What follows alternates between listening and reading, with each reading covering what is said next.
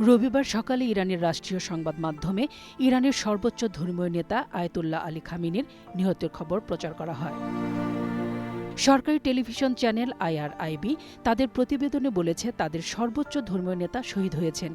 ইরানকে সমুন্নত রাখতে এই মহান পণ্ডিত এবং যোদ্ধা তার জীবন উৎসর্গ করেছেন। খামেনির নিহতের ঘটনায় 40 দিনের শোক ঘোষণা করেছে ইরান। এর আগে খামেনির নিহত হওয়ার খবর জানান যুক্তরাষ্ট্রের প্রেসিডেন্ট ডোনাল্ড ট্রাম্প। নিজের ট্রুথ সোশ্যালে দেওয়া পোস্টে ট্রাম্প লিখেন, খামেনি ইতিহাসের অন্যতম নিকৃষ্ট ব্যক্তিদের একজন, মারা গেছেন।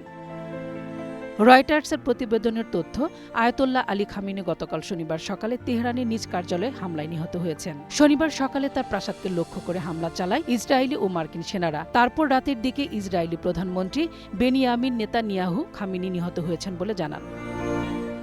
সরকারিভাবে ইরান প্রথমে খামেনির নিহতের তথ্য স্বীকার করেনি। অবশেষে রোববার বাংলাদেশ সময় সকালে খামেনির নিহত হওয়ার তথ্য স্বীকার করেছে তেহরান। ইরানে ক্ষমতাসীন শিয়াপন্থী ইসলামী প্রজাতান্ত্রিক সরকারের সর্বোচ্চ নেতা হিসেবে সামরিক বিভাগ, বিচার বিভাগ, রাষ্ট্রীয় গোয়েন্দা বিভাগ সহ দেশটির সর্বক্ষেত্রে আয়াতুল্লাহ আলী খামেনির প্রভাব ছিল অত্যন্ত গভীর এবং সর্বব্যাপী। মূলত তার নির্দেশনাতেই ইরানের সরকার চলত।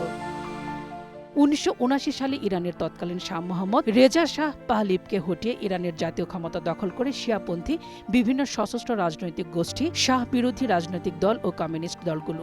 সেই বিপ্লবের নেতৃত্ব দিয়েছিলেন আয়াতুল্লাহ রুহুল্লাহ খোমেনি। বিপ্লবের পর তিনি হন ইরানের প্রথম সর্বোচ্চ ধর্মীয় নেতা। 1989 সালে বয়সজনিত অসুস্থতায় মারা যান খোমেনি। তার মৃত্যুর পর দেশটির দ্বিতীয় সর্বোচ্চ নেতা হন আয়াতুল্লাহ আলী খামেনি। মোরশেদা খান লিপি, গ্রিন নিউজ ডেস্ক।